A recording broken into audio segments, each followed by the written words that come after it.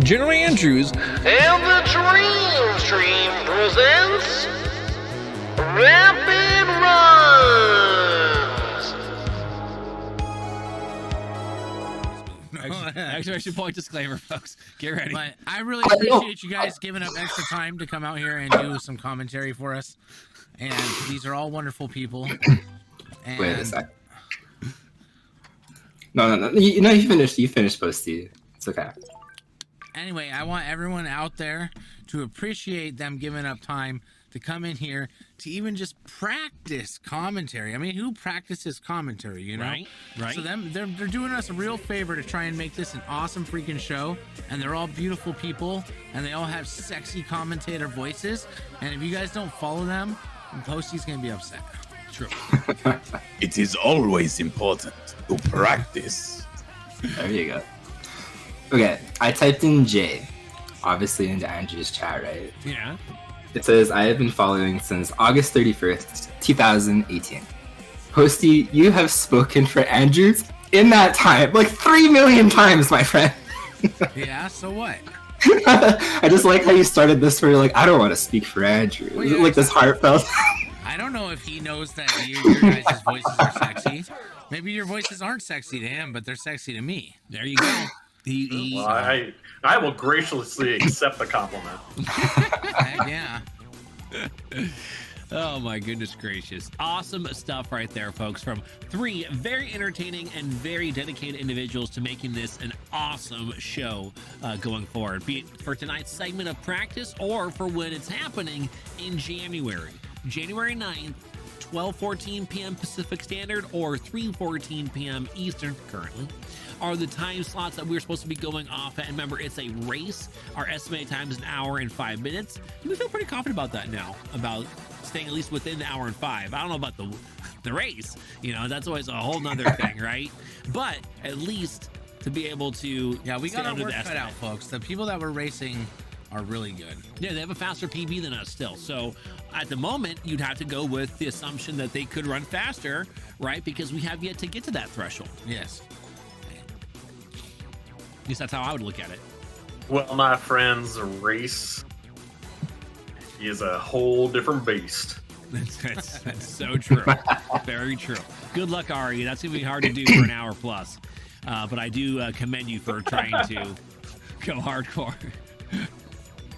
No, I'm not using that voice the entire time. Oh, okay. Now, No, son, I'm from the South, and y'all just can't be bringing that into my yard without being practiced.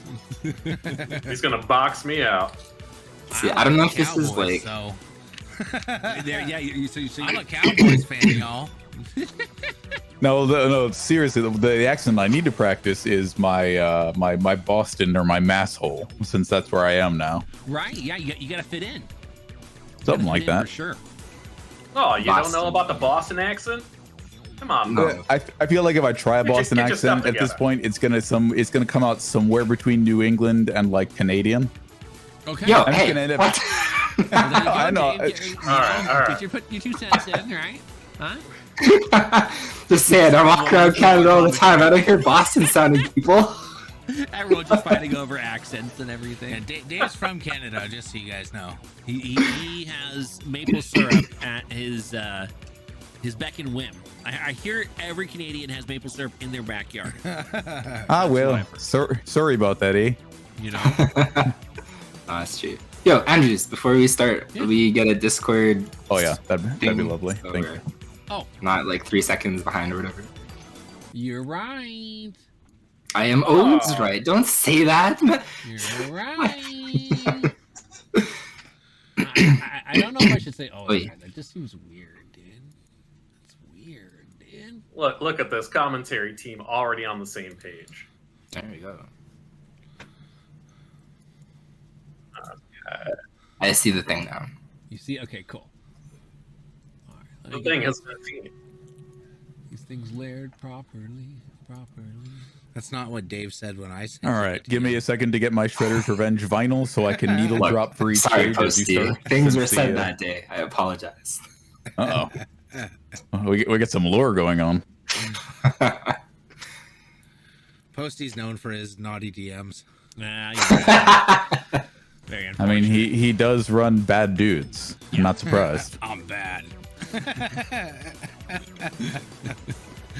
All right, let us know when you're ready, and then we'll get into GDQ practice mode, and we'll go from there. I'm good. You guys are good. Yep. Let's do it. All right, I'm ready to cool. rock. All right, welcome on in, everyone. I am GeneralAndrews, and this is Dospostmann. and we'll be running Turtle Shredder's Revenge versus Benya and Paul Knives. Let's assume that's what they say right there. And therefore, we're going to be going on the race, and we have a awesome pair of commentators and a wonderful host to take us through this entire intense match that's about to happen. All right, fellas, take it away. Hello, everyone. My name is Arispici, and today I'm joined in the booth by two wonderful human beings. We have Junkyard Dave joining me as color commentating. Hey, everybody. And we're joined by the host, ateatree. It's a great day for football. I mean, hello, everyone. My name is ateatree. Absolutely. And today we are going to be seeing such an exciting race between GeneralAndrews, Dospostmann, and Banya and Paul Knives. They're going to be playing Teenage Mutant Ninja Turtle Shredder's Revenge arcade mode. Still. Yep, and like you might have just seen on the screen there what the arcade mode means as opposed to the story mode, which if you've played this game either through Xbox Game Pass or various other means, the arcade mode ratchets things up a little bit. It gives you your character's full moveset up front, but it means that the special ninja moves that can tend to be kind of used as a crutch by beginning players, you can only have one of those stocked at a time rather than an assortment of 3 like you can in the story mode. So our players do have to approach challenges a little bit differently, especially the bosses. Absolutely. As the runners are getting geared up, they have selected their characters. I will let you know that time will start as soon as they have control of their character. So whenever they are ready to go, we will give the countdown. Yeah, we'll get an introductory cutscene and then a little intro with Shredder showing off his nefarious plans. And as soon as the character control bubbles pop over the characters' heads, that'll be the time to start.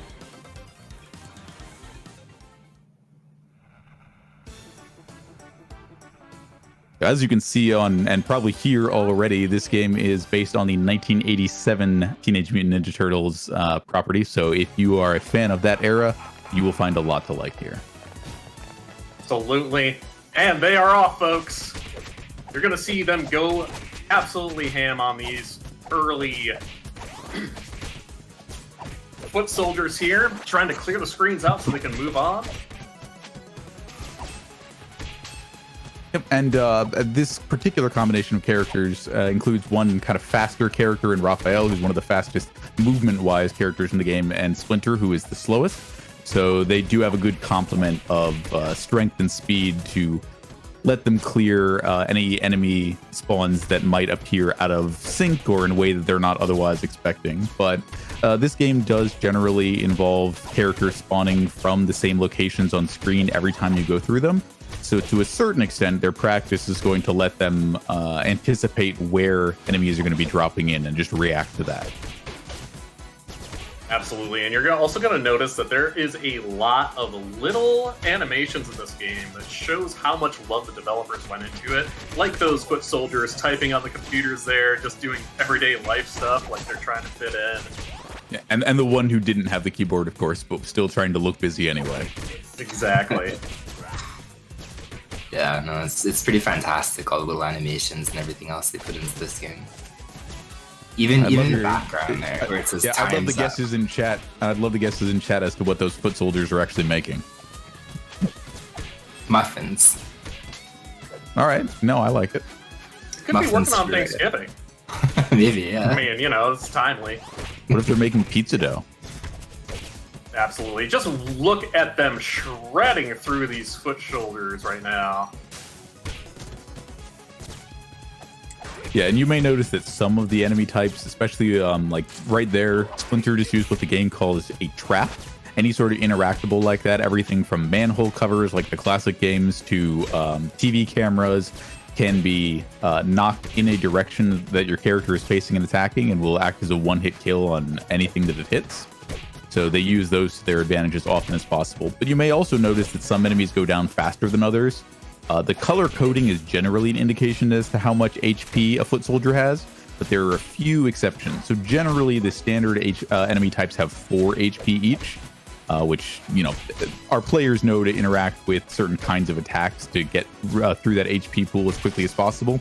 But for instance, any character that comes on screen holding something only has 2 health instead. So just a little bit of variation in how you approach enemies based on what spawns in on screen. All right, we're going to be coming up to the first boss here, and as we are playing on the Legacy patch here, we're going to see if Raphael can pull the boss done. The first patch to the game made Raphael just a little bit extra rude in giving him an interaction with bosses that wasn't quite expected. And as you can see, Bebop is taking a nap. He's just chilling there, looking cool. So maybe we can explain why that happens, because that's a very cool glitch, and last time obviously we didn't kind of comb over because it was patched out. So what causes this glitch? Because this is a cool one.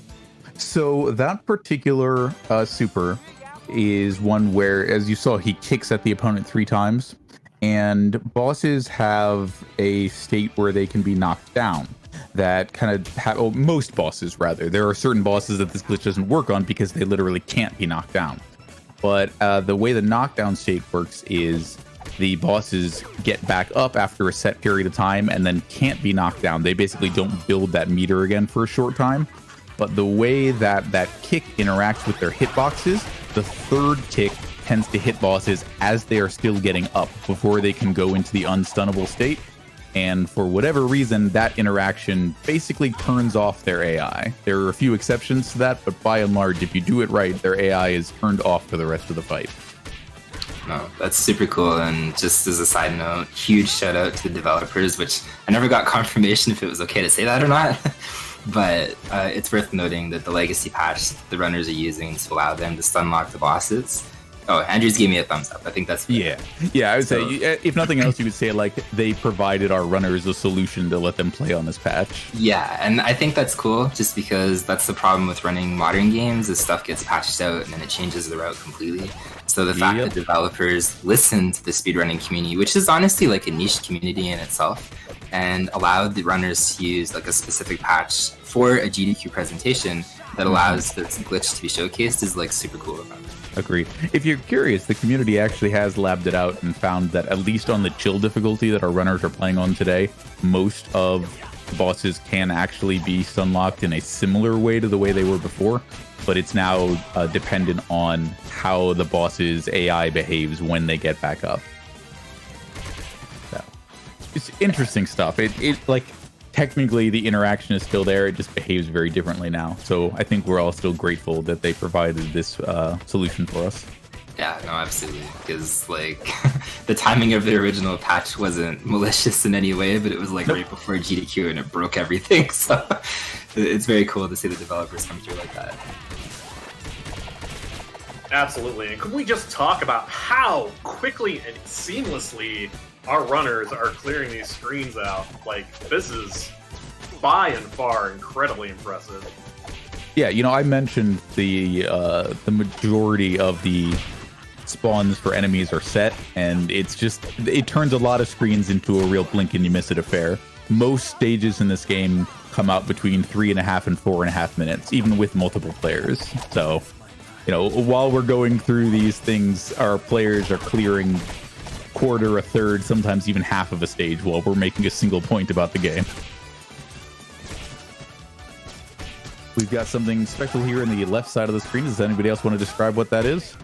Yeah, we got our first instance of an Infinipizza. So the super attacks that you can see Raphael using right now to great effect are dependent on your meter up in the left-hand corner by your character. But if you grab one of those pizzas, you can use as many of those as you want within the time limit. Well, let's see if Raphael gets the stun lock on Bebop, and it looks like he does. He's just floating there in the sky. Poor Rocksteady. Rocksteady, yes. He never had a chance.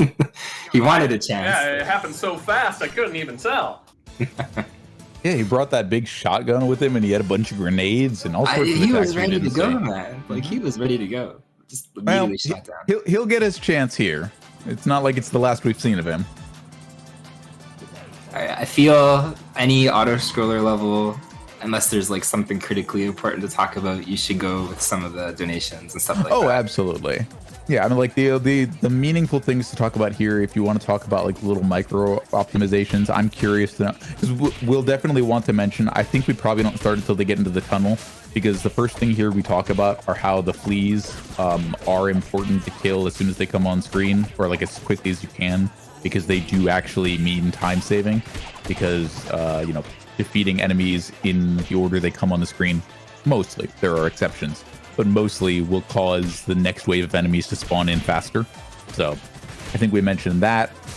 Maybe a few other things like about the music. By the time they've gotten into the tunnel here, we can get to reading donations. Sure. Sounds good to me. Yes, and as we already explained about the fact that the music OST in this game is so fantastic. Listen to these tones going right now. Yeah, 𝐂𝐎𝐍𝐍𝐄𝐂𝐓, he of Sonic Mania fame, just an extremely talented composer and producer. And yes, we're going to see them try to take out these enemies as quickly as possible, because it is going to progress the stage, which is unique to most side-scrollers, but definitely works in this game. But yes, we have time for donations right now.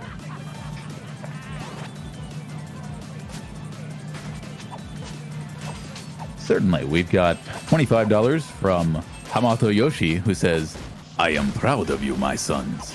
Tonight you have learned the final and greatest truth of the ninja, that ultimate mastery comes not from the body, but from the mind. Together, there is nothing you cannot accomplish. Help each other, draw upon one another, and always remember the power that binds you. The same is what brought me here tonight, that which I gladly return with my final words. I love you all, my sons." And if that isn't a donation for a spirit of a co-op run, I don't know what is. Do you also notice the instance where the Bebop and Rocksteady come in there, you can't actually attack them. You just have to avoid their attack. But Splinter was having a little bit of fun batting some of their grenades away. For donations, do you plan to actually read them in the voices? Because I hope that you do. Yeah, I would absolutely encourage people to do it. Like, I've always encouraged people to make musical donations, though across all my hosting shifts, I've only gotten like 2 of them. But yeah, I love doing creepy stuff like that. Yeah, like no, I hosted the game Cuphead, and so I introduced it with kind of like a 1930s newsy voice, and somebody gave me a donation to read in that same voice, which was a lot of fun. Oh, right on. Yeah, no, I hope that comes up a little bit, because your accents and stuff, or impressions, I should say, are pretty on point. Thank you. Yeah, I will definitely give some time to practicing everybody who's not Splinter, because that's the only voice. That's the voice I know off the top, because I run him when I'm streaming most often.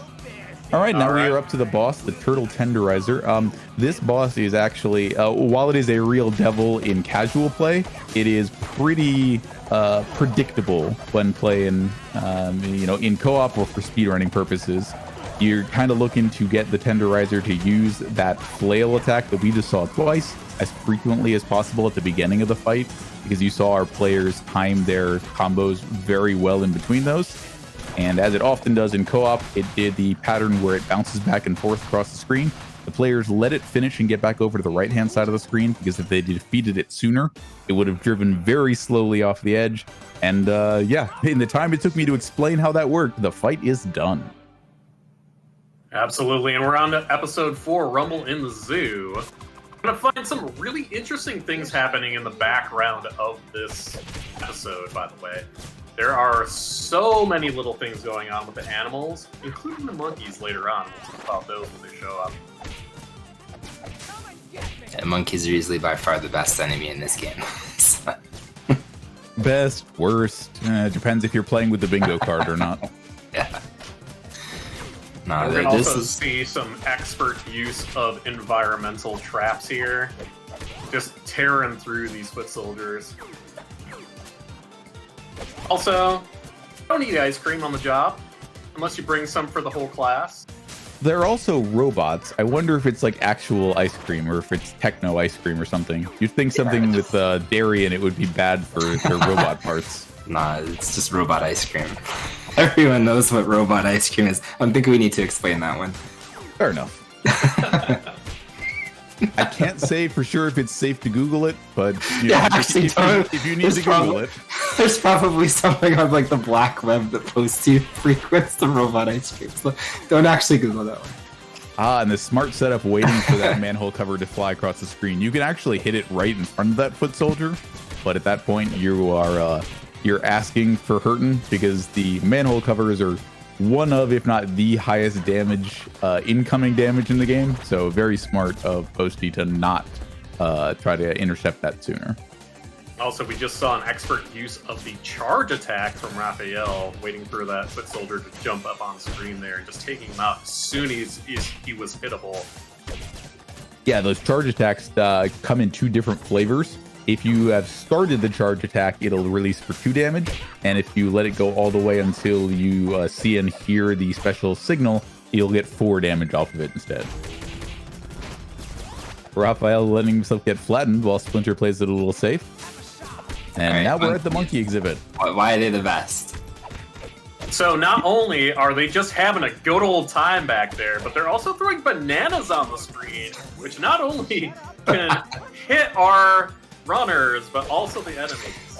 Yeah, especially here on Chill, the damage doesn't matter so much, but the knockdowns and the frustration of having a combo on somebody interrupted by a wayward banana. It's sleeping back there. Luckily, I have an expert lip reader, and Andrews just said like 74 swears in a row, though, so I can tell you he likes those monkeys. Yeah, here they come again. Alrighty, let's see if they... Chill Rodneys were being real argumentative, but we are on to our next boss fight here, folks. We've got the incomparable Crowd Chuck a Dirtbag. Let's see if we can get some stun locks here. Yep, they'll definitely get one of them, and I like Splinter using the dash combo. His has a unique property. Rather than using himself, he actually projects what we call a laser straight out from his body that does the highest single damage total of any attack in the game. So being able to use that while Ground Chuck and Dirtbag were in a state where they couldn't be knocked down, put on heaps of damage right up front, and I don't even have to try to prove that because that fight is, again, already over by the time I finished explaining. So you saw just how much damage they were able to heap on that double boss. Super quick work of that fight. Love to see it. All right, now we're into the sewers with probably, for a casual runner, the most infamous boss in this game. Yeah, and honestly, even for speedrun purposes, like, you know, we talked about our commentators for saying, oh, will they get this lock? The Rocksteady and Bebop locks are basically free as long as you don't put yourself out of position. This one gets unfun, especially if you miss it the entire fight. Well, everything that you've heard about how it goes casually is what you'd expect to see there. So let us all hope for the best. Somebody introducing Rat King. Have to say Rat King is the real dirtbag right after the dirtbag fight, man. Very good. I like it. He's such a scumbag in this. It's unbelievable. And we see our players doing their best to handle both levels of enemies incoming here, because the faster they defeat the enemies on the lower half of the screen, the on the tracks section, the faster they get these trains to come through. And if you are able to clear it in what we call fast trains, you definitely save a good bit of time because you don't have to wait for another train to spawn through and then finish its animation before you get off screen.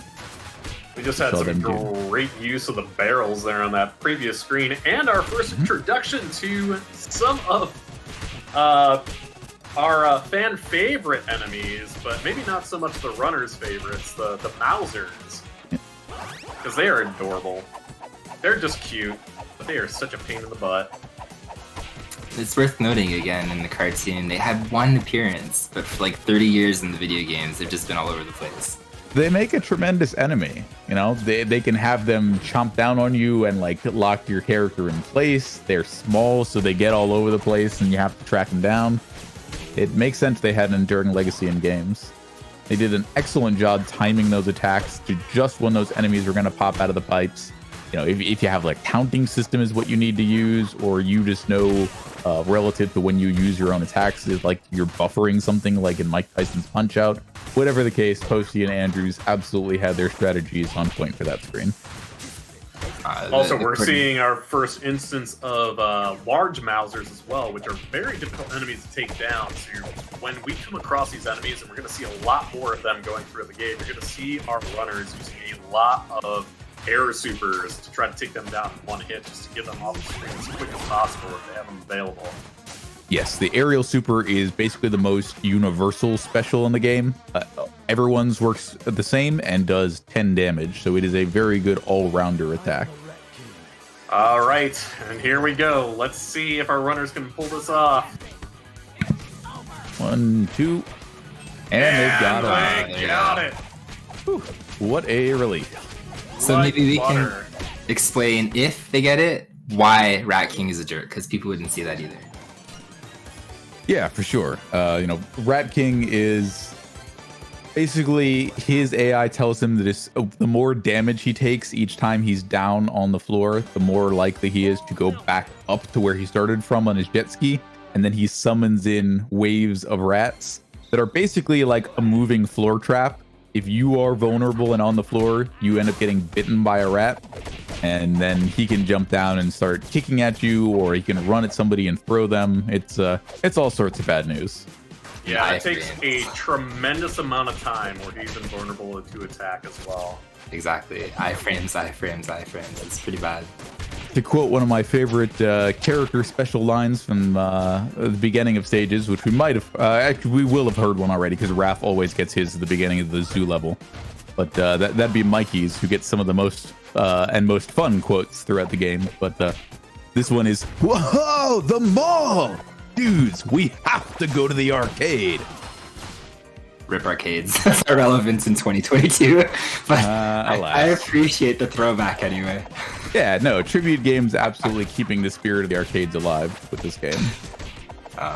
Even the spirit of a lot of things alive in this game as well, considering the fact that it is such a great homage to the old 90s Teenage Mutant Ninja Turtles games, but also having so many cool references to other games from the 90s as well. And we will be able to see one of those coming up in a little bit. I mean, maybe to our runners' dismay, but if it happens, we will talk about it. Yep, a very good job handling the mace-wielding foot soldiers. Those guys are a nuisance because as soon as they finish their walk-on animations, or, you know, if they come into the screen from a side, they might be active right away. As soon as they're done with whatever introductory animations, those maces are immediately active and will start doing damage. So if you don't approach them the right way, they will smack you one. Much like the Mauser mechs, which we haven't mentioned yet, but those are these big fellas with the foot soldier fighting on top of them. They you get about a half a second's head notice that they're going to land somewhere by where the shadow appears on the ground. But other than that, you basically just have to learn to react to them as best as you can. And there's also a good instance of our runners using a quality of life change that they made to this iteration of the game, which is the party pizza, which if you pick it up, you are full up, your entire party is good to go, full health. But now we're into the Tempester fight. Yeah, it's funny. You know, I always introduce this as the fight that people are least likely to have heard of, because Tempester is a character from 2 episodes of season 7 of the 87 series. But most of the people I've been co-commentating with or talking with when I've used that line have said, "Oh no, I recognize Tempester right away." So maybe it's just me. Maybe I'm the one who is out of touch with things. But yes, she's from a couple of episodes where Leonardo is playing a video game that gets struck by lightning and comes to life. More interesting to most people, though, are the characters who are spawning in whenever Tempester disappears. Absolutely, that is going to be Toka and Razor from Turtles in Time. It's a very, very specific reference, and we'd love to see it. Yep, TMNT and at least one of the Turtles movies, if I remember correctly. So wait, she has more canon appearances than the Mousers? Like what? Yes, technically. That's crazy. Up to the rooftops for the introduction of another enemy type. These pikemen, if you will, are a real pain in the neck for most characters, but Splinter, having a rising and a diving kick that do 2 damage, which is how much health they have, has a much easier time than most. So having him on the team means they kind of have more leniency in how to interact with that enemy type. Because like some other enemies, the pikemen are basically always the spear's hitbox is active as soon as they're up and walking around, so you can run yourself into it. Just like you can run yourself off of the buildings here when they're up on the rooftops. So we're getting a good example of how that happens. They're just showing off, you know, all the care and attention that the developers put into making all the interactions work the way you'd expect.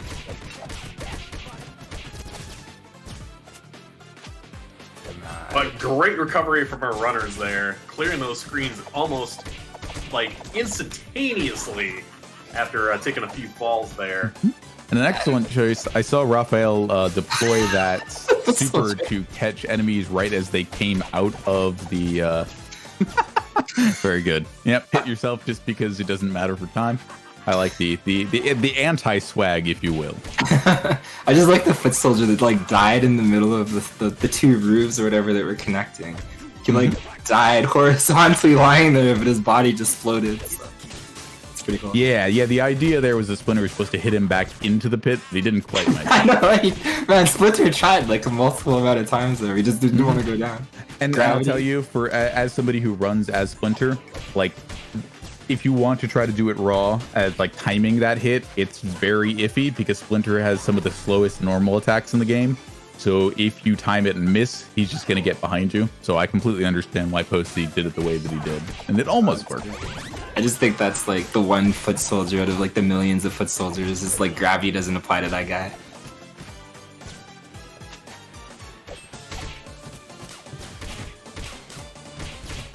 Well, as our runners just caught Bebop and Rocksteady off guard there, going into these next screens, coming off of the elevator section, which is very interesting to talk about because vertical, you don't want to say side quote-unquote scrollers, are the classic screen and beat 'em up game. Yep, the captive section where enemies run at you rather than you running at them. Mm-hmm. Speaking of catching enemies off guard, unfortunately, they didn't catch some of these sword-wielding enemies off guard, and so they got a little bit of slowdown from these enemies. Basically, their first priority after they jump in to take a stab at you is to put their guard up, and so that can slow things down a lot. But on that screen, we had the 2 of them working together, making good time, and getting prepped up, topped off with their supers before getting into our next boss fight. All right, our next dual bosses is Bebop and Rocksteady together. Let's see if we can get a stun lock on them. Oh, Bebop he's down for the count. He doesn't even know where to go. Rocksteady's here though. Yeah, he's here. He's trying to do something. But he's just kind of sitting there in the corner, too. Like, he just has no idea what's going on. He's like, he's so confused. He's like, Bebop, what are you doing? You notice they go for the character who isn't stunned, because with this boss fight in particular, their AI is dictated by a couple of factors. It's partially proximity to each other, and it's partially basically whichever one isn't stunned becomes a lot more docile. So as long as they defeat that one first, like if they had defeated Bebop there, you would have seen Rocksteady go back to normal. So very smart of them to handle the 2 of them in an order that presented them as little competition as possible. All right. And everybody, welcome to Panic in the Sky. Get your cat jams in chat right now. And we have some time for donations. Indeed we do. Yeah, again, as with the last auto-scroller, this is technically a section where you can gain or lose a decent amount of time, because there is like an optimal way to handle this. And it's down to, especially in the next wave right after this one, if they get the guy coming in from the left there as quickly as they can. And just little optimizations like that, if there's something to talk about. But realistically, during the marathon, yeah, lots more donations. Oh, let's see. What's a good Turtles quote to read? Can you read this one in a southern accent? What you got for me? Oh, read it in a... No, southern Splinter accent. Combine these. That sounds disrespectful to some culture, and I'm not sure which. Yeah, maybe that's a bad idea. Interesting little moment of pause here, real quick. So we have these missiles coming in from the right side of the screen. For a lot of runners who wouldn't know, you can actually just go all the way down to the bottom and you'd be free from getting hit from any of them. Yes, excellent opportunity for a hydration or a stretch break if you need it. There's also some debate among the community as to whether or not it's faster to actually take a little bit of damage intentionally so that you can collect the pizzas in between each wave, but I feel like that's inconclusive. Good job handling the enemies ballooning out of our dirigibles here. And they do, I think, have some strategies for all the blimps after the first one. Yep. You may actually notice, I think somebody probably figured it out before I did. I know I was kind of the first one to disseminate it, but the blimps after the first one in particular drop the enemies in at a location. Like, basically, they're all spawned on screen as the blimp appears there. They're just stuck behind it. But their hitboxes are active, so you can defeat them rather than waiting for them to drop out of the blimp. So they did an excellent job taking care of that to get to the boss fight just a little bit faster. So who are we going to see if the boss of this stage? Who's it gonna be? Who's behind door number 1? Slash. He fights people in the sky, right? Right. All right, folks, and we're going to the wingnut fight. Time to get ready for some winged warfare. Absolutely, and as I was talking about homages to great games in the past as well, this boss has a very specific one where a lot of our... We'll see if it actually happens, because they have a good bit of damage on them. Oh, we didn't even see it this time. Yeah. Let's go. If he doesn't do it immediately, he won't get a chance to. But he goes into that Mega Man X Storm Eagle phase if he gets the opportunity, and will waste our runner's time by crisscrossing across the screen several times.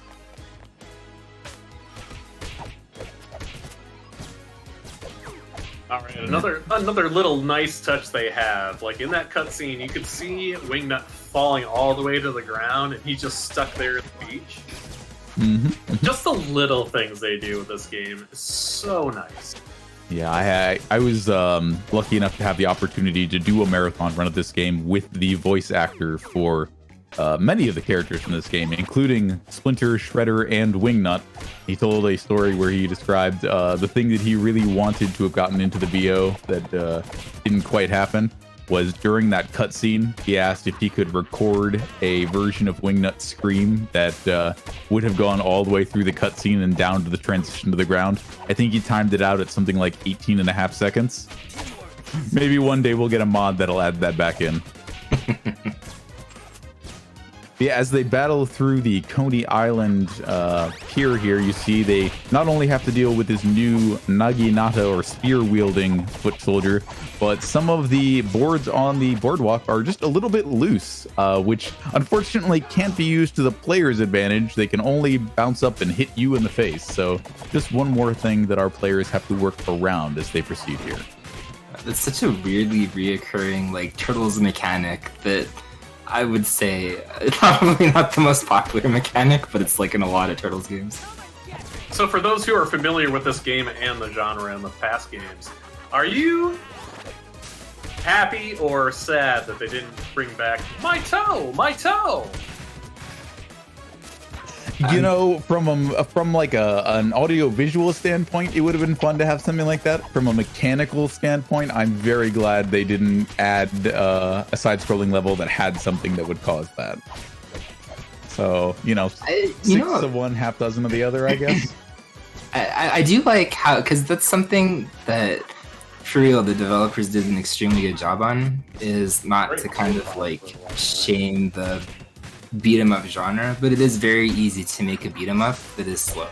And I like how they really focused on the movement, and they really focused on allowing you to kind of like I guess like clear enemies as fast as possible with like a range of movement options and attack options and stuff like that, because that's not something you can say about all beat 'em ups, and especially the enemy health.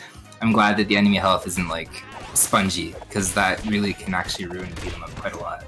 Right. You know, I've looked at some of the damage values after I started playing this game and looking into the damage analysis that people were doing for this game. Like the numbers here are all like 1, 2, 4, 8, 10, like 12 is the highest non-boss damage or health. In this case, it's health in the game.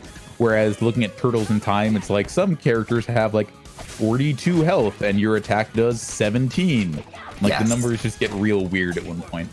Yeah, Look at that. we just They came also into got the the leather. Leatherhead fight, and We're about to leave it again. Yeah. Leatherhead, bye. Expertly done. That is a lock that is much easier done by talented runners than anyone else. That it is a difficult setup, but they pulled it off expertly.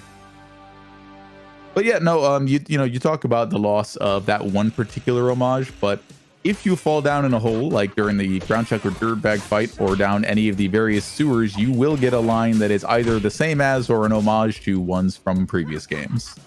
You know, your who turned out the lights is still in here, so they didn't go entirely without. And even though it's super late, I still think it's fantastic, some of the quality of life improvements that they added. And the biggest one to me is visually seeing, like, you don't have to wait to see until the foot soldier is dead to see it explode. As you're juggling them, they kind of like darken out, and then you know, like, they're dead. You can just move on to a different enemy, so you're not left wondering, okay, like, how much health does this guy have left?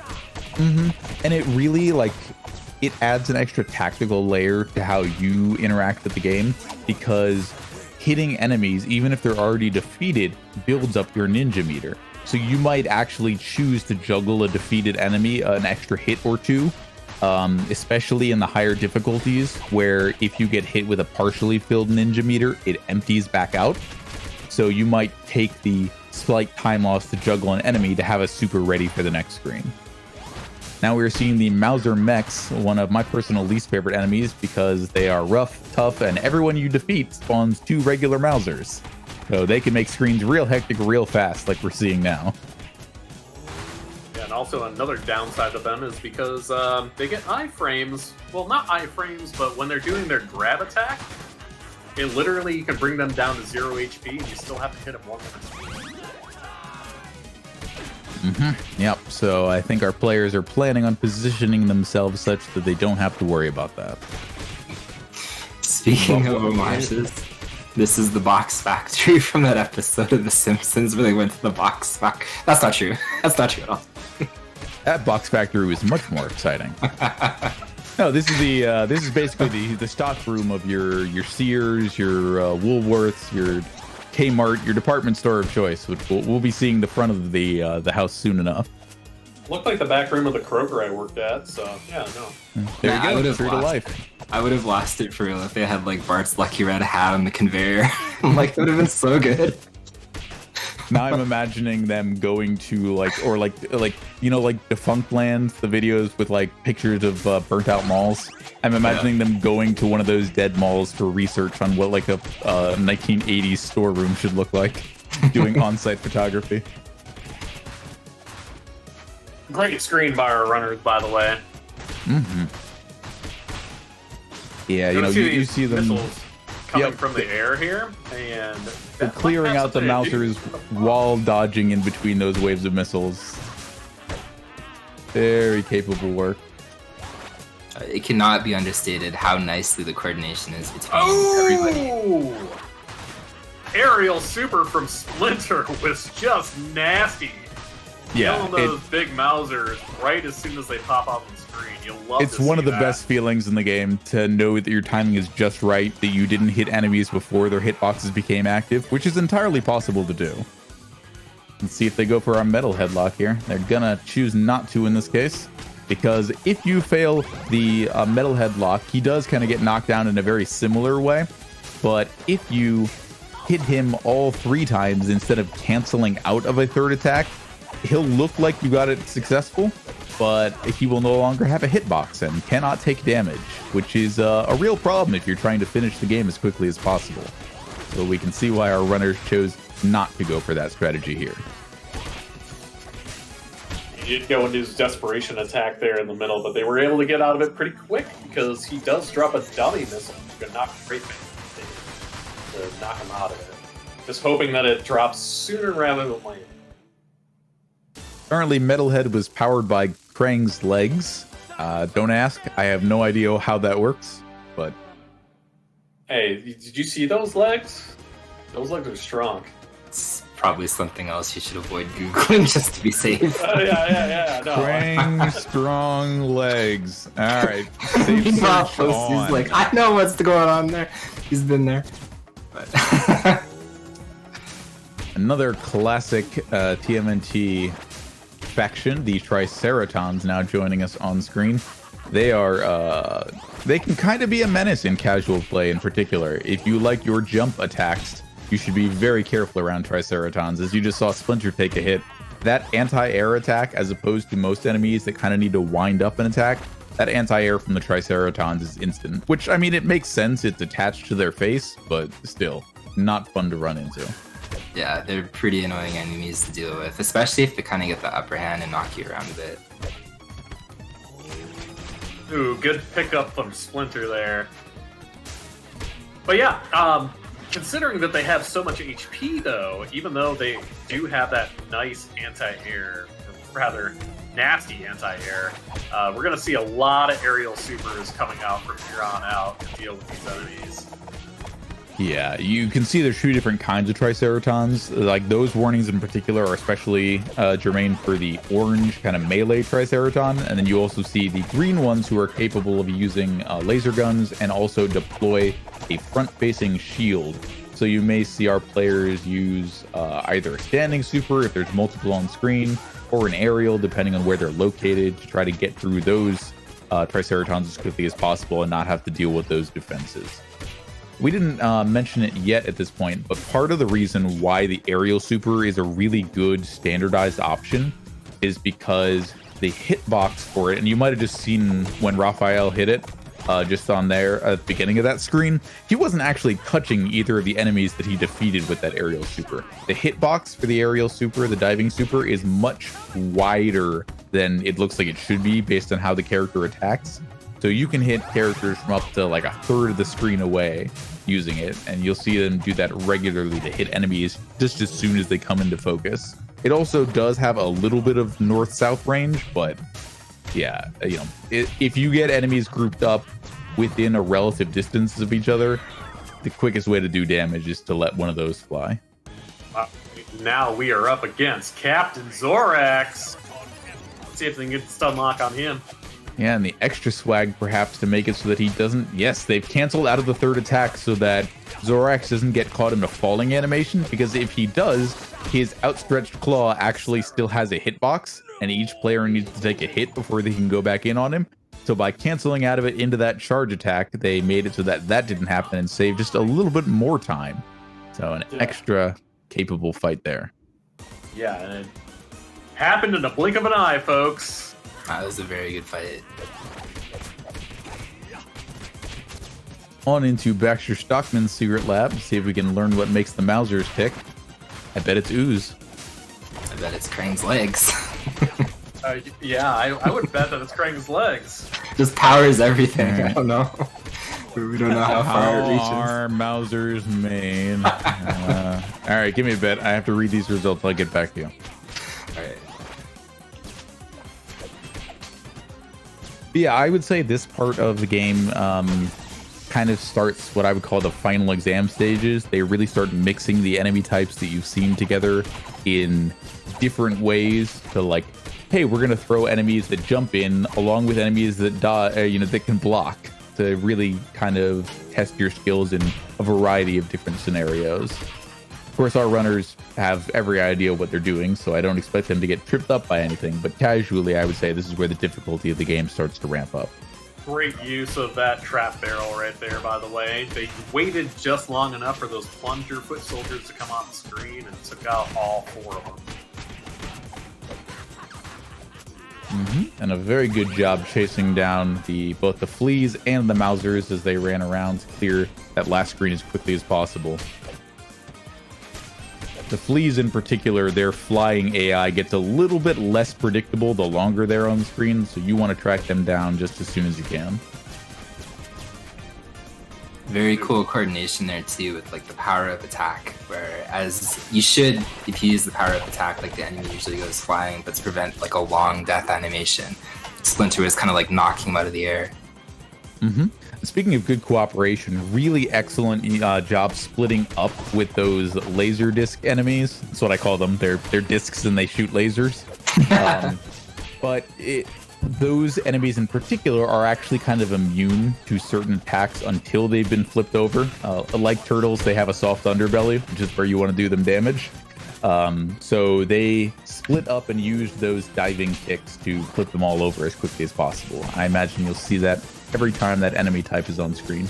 And again, excellent use of charged attacks to get through all three of those waves of enemies on the last screen as quickly as they could.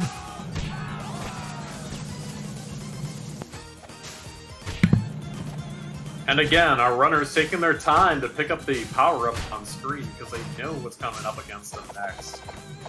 And they timed it out. If you wait till the end of the previous screen, if you don't grab that Infinipizza as soon as it's available, you can use it to much greater effect on the next screen, which is what we saw there. The combination of the good spacing and the good timing allowed them to clear all three of those high HP mechs and even get a spin-off to start the screen after that. And here's the best boy, Baxter Stockman. Yeah, I don't know if it's just that he doesn't have the creepy goop gun or it's like the way he stomps his feet, but I kind of find him adorable in this game in a way I really didn't in Turtles in Time. So I am happy to see him here. I mean, when you're not using like slime out of everywhere, you're probably aesthetically more appealing than usual. So I kind of agree with does that. help. That is not my thing. I cannot say that oozing slime does anything for me. Fantastic fight, by the way, from our runners. That was incredible. Unfortunately, despite how fast that fight was and how fast that whole level was, Baxter did have time to finish powering Krang up. So now we have to take the fight to the other team at the Technodrome.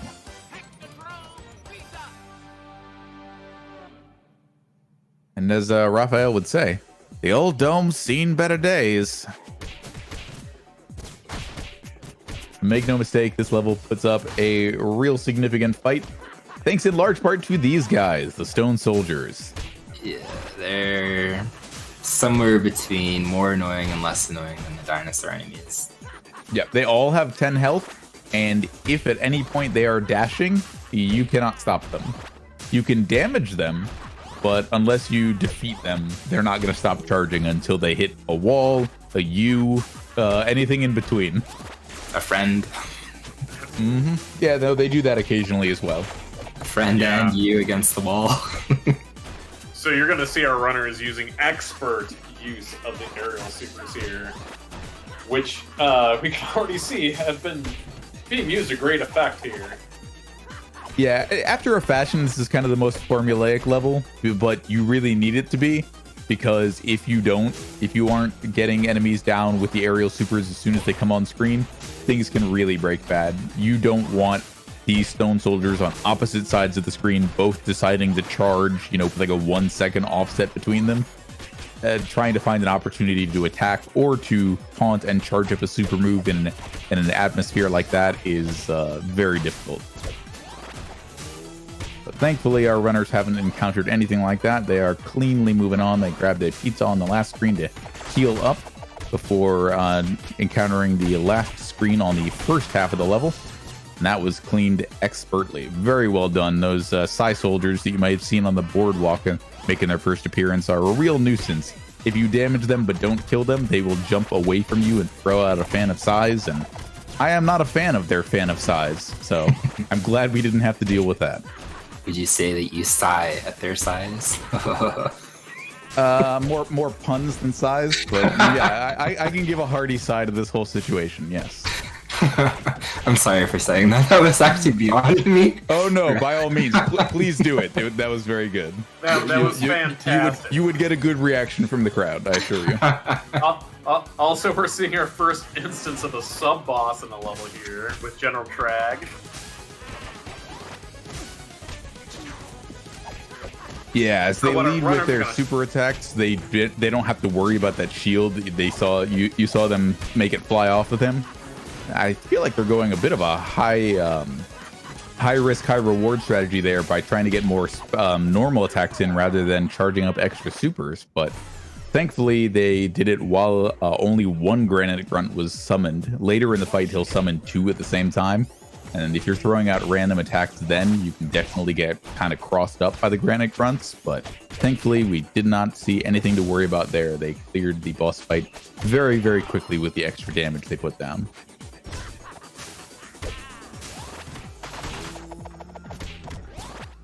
Looks like Splinter wasn't a fan of their size there. That aerial super just... This is going to keep being a thing, isn't decimated it? Of course it's going to be a thing. That's the only good thing to do to a joke that's terrible is you keep repeating it over and over and over and over again. That's how you really... Oh! You'd love to see that! Yeah, definitely. The good timing, the good positioning, having that super ready. I got caught a little bit off guard the second time. But it's an easy adjustment to get onto the next screen and see if they can use this super pizza to get rid of the 2 sword soldiers and all 4 of the Granite Grunts. The 3 out of 4 is not bad. But guys, this is actually the other thing. This is actually the other thing I was thinking of as far as stuff for the runners. With those last 2, the gray ones, if you come at them from slightly above or slightly below them, you should kind of catch them in a way that carries and get in more hits faster. If you want, I can see if I can make a video about it to show you how it works. It's still not super reliable for me, but I get it like most of the time. Anyways, Chrome Dome. Yeah, also, great mode 5 hits or throws from our runners to get him out of his homage to Shredder in Turtles in Time mode. Yep. Call this the great value Super Shredder fight. Yeah. Yeah, using... Again, you know, the Mode 7 homage, a lot of fun. There's actually an achievement in the game for using that throw on foot soldiers a certain number of times as you play. I kind of wish we saw Armageddon because Chrome Dome makes me think of Tournament Fighters, and he was such a scumbag in that one, but he was only really beaten out by Armageddon the Shark. Alright. So, Lost Arch Nemesis, episode 14. Let's go. Our runners are moving along in this run. Who was that? Was that Wingnut there, as we saw in silhouette on this section? Or no, we already took care of him, so it could only be. Oh, Posty. I just saw that. That's amazing, Posty. Straight up like from the carton. Posty, you're awesome. Man, I have a carton of eggnog in this. Now I'm feeling like I should go do that. I refuse to believe there was like orange juice or something healthy in there. It was like straight up vodka. But I'm drinking a whole gallon of eggnog right now, actually. But yes, that little quarter stage side scroller there. You can get hit by as many of those asteroids as you want. There is a party pizza afterwards. Yeah, as they're playing on chill, if they were playing on gnarly where you take double damage from everything, they might have something to worry about. But yeah, that's just a little. Some runners like to have a contest to see who can get hit less as they go on, but it doesn't make much difference either way. It's a great hydration break. No, that's what cracks me up. Is like you see everybody else do hydration. It's like this small sip of water. Right. It's just like like this giant carton. Look, it's a high-stress situation. You gotta get as much hydration as you can as quickly as you can, especially since you're about to be up against the pizza monsters. Yeah, these things are terrible. Yeah, I'm very grateful on their behalf that the pizza monsters haven't desynced yet, but there's still several more appearances to go. And what I mean by desync is it's possible for each of those groups of 2 monsters to spawn at slightly different times, meaning that our 2 runners would need to really work together to make sure they keep the monsters contained. Because, oh, yep, there's the desync. All right, turned in opposite directions. They did miss one as a result because it came out at a different time, but they got him handled in good time. Yeah, those what things we like to call commentators' curse right there. It almost always happens at least once. So yeah, sure, it definitely is happening as soon as I said is probably my fault, and I'll I'll take the hit on that one, but it's almost guaranteed to happen sooner or later. But yeah, they can if you don't hit them before they finish their jump and they're near you, they will jump onto you in very much the same way that Mausers do. And if you knock them out onto the screen and then leave them alone for too long, they'll do kind of a Dulcim stretchy arms attack, which makes sense. They're made of cheese. But yeah, they're just a real nightmare to deal with. So very good to see them taken care of without causing much issue. Also, we're probably not going to see our runners do this, but a little bit of an homage to Raiders of the Lost Ark here. With that statue in the background. If you knock that off, a little boulder is going to run across the screen. It doesn't do a whole lot of damage, but if you get hit by it, it's going to slow you down for sure. Yeah, well, nothing is slowing these runners down today. They are ready for the next boss fight. Which is Slash, which can slow you down tremendously in old games, but he does have a thing that makes him invulnerable here, so, which we're looking at right now. Yeah, but other than that, in speedruns and possibly also casually, this is one of the fastest bosses in the game because he does not have a knockdown state like at all. So you can really just keep wailing on him whenever he's on screen. You know, he is using that. Yeah, when he's on the half spin. shell there, when he's on the half shell, he's a little less vulnerable. But any other time, you want to lay down the damage as quickly as you can. And they took advantage of the fact that he jumped down over in the corner there to get some easy, free rising attacks and finished him off. And as Shredder said, now let's get down to business with our last regular level. Before everybody started running, we actually took a poll. Guess who the most popular turtle is? Donatello. I would have said Mikey. It was Slash. Everybody loves Slash. Very good. He's been Excellent choice. consistently. Thank you, everyone. Yeah. Appreciate that. So what can we say about this stage? Yeah, this level really is your final exam. You know, they threw the regular soldiers at you on screen 1, and then a couple of them and the mechs at you on screen 2. You're seeing some of the throwing type enemies, a couple of axemen just there.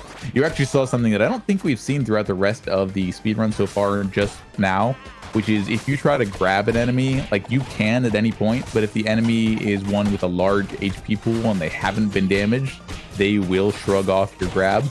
And so you can actually put yourself in that state very much unintentionally because it's not like your grab is something you have to do with a button. If you move into an enemy, you will try to grab them. So we've generally, by the virtue of the fact that we haven't seen that until now, I would say they're doing a really good job of like managing their positions. It's just another one of those things that you have to learn how to do kind of subconsciously as you play this game. Speaking of which, managing positions really well to take care of those two waves of fleas from opposite sides of the screen.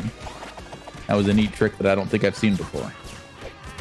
And speaking of positions, maybe you can elaborate on these little tiny spikes that keep coming up too. Yes, this stage is unique in having a kind of repeating trap. You have two sections of spikes every time they appear, and the spikes alternate between the two segments. And as it turns out, from testing and analysis that the community has done, every single one of those individual spikes is its own hitbox, which each do 1 damage to anything that touches it.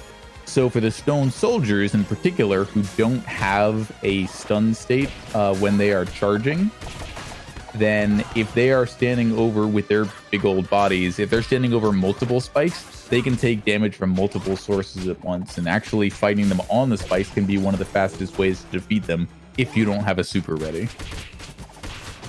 But as we've seen, it looks like our runners had everything ready and well timed out for just about that entire wave, and so they move on here to just a few more screens left to go. This has gone really well so far.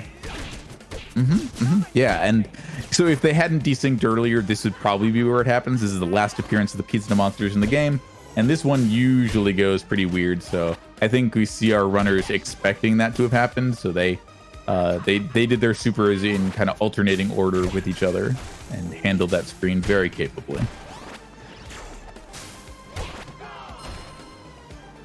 All right, a couple more fling tosses from our... Oh, no, we go for the back suplex instead. Very nice. Hit him with a German suplex. I was Raphael's just- over dude, here with I was- Suplex City. Dude, I was literally just thinking like Raphael's feeling German tonight. Like, From the top rope. My God, Absolutely. that's Raphael's music. no, amazing. One more pizza with a little bit of cleanup from Splinter, and we'll see if they can unplug Krang. Oh, so close to the power source. Who's that? It's gotta be Craig. I'm so glad that Krang they rising gave from the Krang- slab like the Undertaker. I'm so glad that they gave Krang the old toy aesthetic. Like that makes nerd me and kid me so happy. Yeah, Thank you. Absolutely. So we're gonna want to see our runners try to keep him in a state where he's using that mace as much as possible. But Yeah, didn't see it this fight. It's very much a matter of positioning of all of the players relative to him, so it can be a little touchy. But thankfully, with our players in the same location, or based on a couple of other factors, they were actually both able to do. Ooh, got a Phantom Pixel situation there, but they were both able to do damage to what we call 𝐂𝐍𝐍𝐄𝐄𝐓, where he separates his two halves and does that spin around. So they were able to take care of him pretty quickly. And unfortunately, they have fallen for his diversion, and now it's time for a surprise. oh no, what kind of surprise? Oh, it's a surprise that involves RZA and Method Man from the Wu-Tang Clan, so probably not a bad one. No, it's never a bad surprise. I like that surprise. I won't say it during race day and GDQ, but I refuse to go along with that. No, it's fine. Your objection is noted. I get it. Oh man, Wu-Tang, I can't get behind Wu-Tang. It's You fine. could just say, like, speak for yourself. I don't know. Whatever you feel, man. All right. Okay, we have the triple shredder there, taken out with no problems whatsoever. Though. Yeah, that's a very unfun phase casually. But if you have your supers up when it happens, if you like get a super right when you see him disappearing like that and then use it in the right locations, it's no problem. I will want to point out our runners did a great job of avoiding his counterattack where he goes lightning mode. Yep, we didn't even see it. But All rise hey, for the Foot Clan national anthem. yes. It's basically Ghostbusters 2 up here, folks. Yeah, it turns out there are even homages to non-Turtles franchises and media. Who knew? Watch this be like an exactly original creation from the dev team, and they've never seen Ghostbusters ever. Either that, or it's Also- like they worked off of an old design sheet from some 80s game where they couldn't fit this character in. Yeah. It actually is based on Ghostbusters 2, but like it was somebody at Konami who saw it. Let's talk about what quick work they're making of the lady right now. Yeah, Let's very go. Yeah. The Splinter beam laser really shines on this because the range is so good and the statue's hitbox is always active. So anytime it's anywhere on screen, Splinter's still going to be able to tag it for big damage. But as Billy Mays once said, folks. Oh wait, there's more. But wait, there's more. If you come to the Big Apple at 3 a.m. You get to fight Kevin Nash. This is verbatim, by the way. He said all of these things. Yes, he Offer did. not valid in all states. Terms and conditions may apply. Please consult your doctor before fighting Kevin Nash. Alright, so we got Super Shredder. Yeah, and as we're fighting him on an older patch here, you may notice if you play this game now that the pillars of flame that kind of come out from Shredder are a little more unpredictable. They come out at different speeds and kind of at a different angle. But with these, you see our players know exactly where they need to stand to avoid the attacks. So that's what they're going to be doing. They are also going to be hoping for him to throw out less of these. These are essentially delays in between the points where he's vulnerable. So they're making sure they have their supers up and they're avoiding these attacks while waiting for this here so they can do damage to him. Each lead in with the supers and then get as much extra damage as they can. Now that he's under 50% HP, he will go into a summoning phase where he sends out 4 shadow clones of himself.